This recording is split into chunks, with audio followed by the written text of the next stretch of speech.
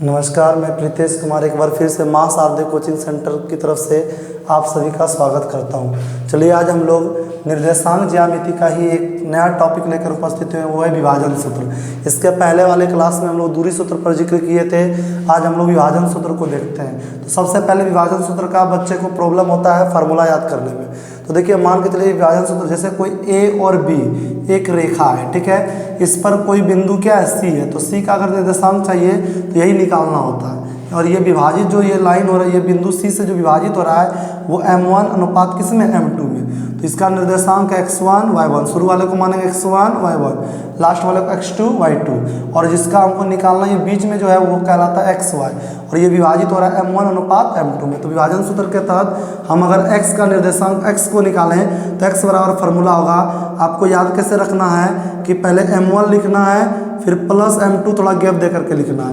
y में भी वही करना है, m1 लिखना है प्लस m2 लिखना है, ठीक है। नीचे भी वही कर देना, नीचे गैप नहीं रखना, m1 प्लस m2, और यहाँ भी m1 प्लस m2, तो याद रखना है। अब देखिए कैसे लिखे, m1 प्लस m2 ऊपर में भी, m1 प्लस m2 ऊपर में भी, नीचे में गैप नहीं दिए, वही लिख दिए m1 प्लस m2।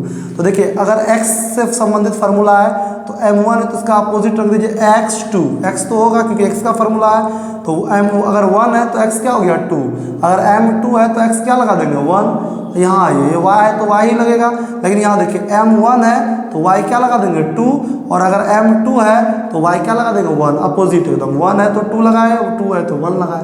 तो फिर से कैसे याद रखना, जैसे हमको x का लिखना है तो क्या करेंगे, m1 दे देंगे प्लस m2 दे देंगे, और नीचे भी m1 प्लस m2, नीचे गैप नहीं छोड़ना है। उसके बाद अगर m1 है तो x का ही लिखना, तो क्या लिख देंगे 2, यहाँ 2 है तो x क्या लिख देंगे 1। तो इस प्रकार आपको फार्मूला भी याद हो जाएगा, अगर भूलिएगा भी तो इस ट्रिक से याद हो जाएगा।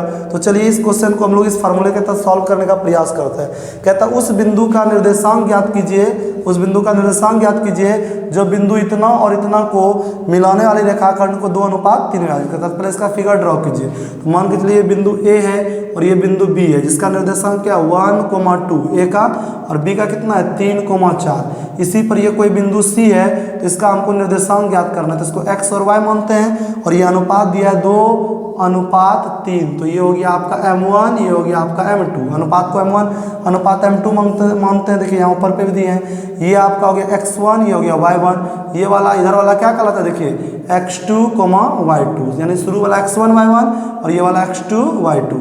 तो देखिएगा फार्मूला आप लगाते हैं, x बराबर क्या बोले, कैसे फार्मूला बताते हैं, m1 प्लस यहाँ m2 बटे m1 प्लस m2। तो देखिए गौर से, 1 है तो क्या इसको लिखेंगे 2, x क्या लिखेंगे m2 है तो x1। अब इसी को सिर्फ पुटअप करना है। देखिए यहाँ m1 है तो m1 के जगह पे देखिए कितना है, m1 के जगह पे आपका 2 है, तो क्या रखे 2 गुना इसका बीच में रहता है। ये x2 है तो x2 के जगह देखिए ये x1 है, y1 है, यहाँ x2 है तो x2 कितना दिया 3, प्लस है तो बीच में प्लस दिए। फिर आइए यहाँ नेक्स्ट, देखिए क्या है m2 के जगह कितना दिया है 3, तो इसको 3 लिखे, बीच में गुना रहता है। ये क्या x1 के जगह कितना बोलिए 1 रख दिए। नीचे देखिए m1 प्लस m2, m1 के जगह कितना 2 अब प्लस m2 के जगह 3, तो सिंपल वे में निकल जाएगा। 3 दूनी कितना हो गया 6, प्लस 3 का 3, और 3 दू कितना हो गया 5, तो 6 3 9 बटे क्या हो गया 5, ये x का मान निकल गया। उसी तरह हम y का निकालते हैं। तो y बराबर फार्मूला बताए थे m1 प्लस m2 दे दीजिए, और नीचे भी m1 प्लस m2, इसमें नीचे में गैप नहीं देना। ये 1 है तो y है तो 1 के जगह यहाँ क्या लिखेंगे 2, और यहाँ m2 है तो y दे करके क्या लिखेंगे 1, ठीक है। तो इसको निकालिए, तो आपका m1 कितना है इस बार देखिए तो 2 ही रहेगा, उसका तो वैल्यू चेंज नहीं होगा। गुना y2 के जगह पे कितना है 4, तो 4 लिखे, प्लस ये m2 है, m2 के जगह क्या लिखे 3 गुना, फिर देखिए क्या है y1 के जगह कितना 2, तो 2 रख दिए, बटे है तो बटे दे दिए। फिर m1 प्लस m2, तो m1 के जगह कितना 2 प्लस m2 के जगह कितना 3, तो मल्टीप्लाई कीजिए, 4 दूनी 8 प्लस 3 दूनी 6, और ये नीचे होगा 3 2 5, तो 8 6 कितना हो गया 14, 14 बटे 5।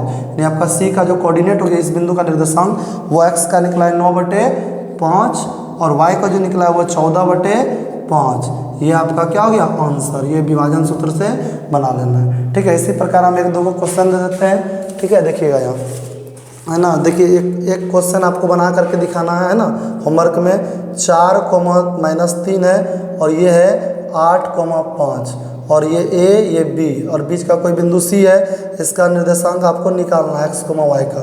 ठीक है, ये अनुपात में अजित हो रहा है 3:1। ठीक है, इसको बना करके देखना है ना। अगर यह वीडियो आपको पसंद आई हो तो प्लीज़ लाइक शेयर एवं सब्सक्राइब जरूर करें। धन्यवाद।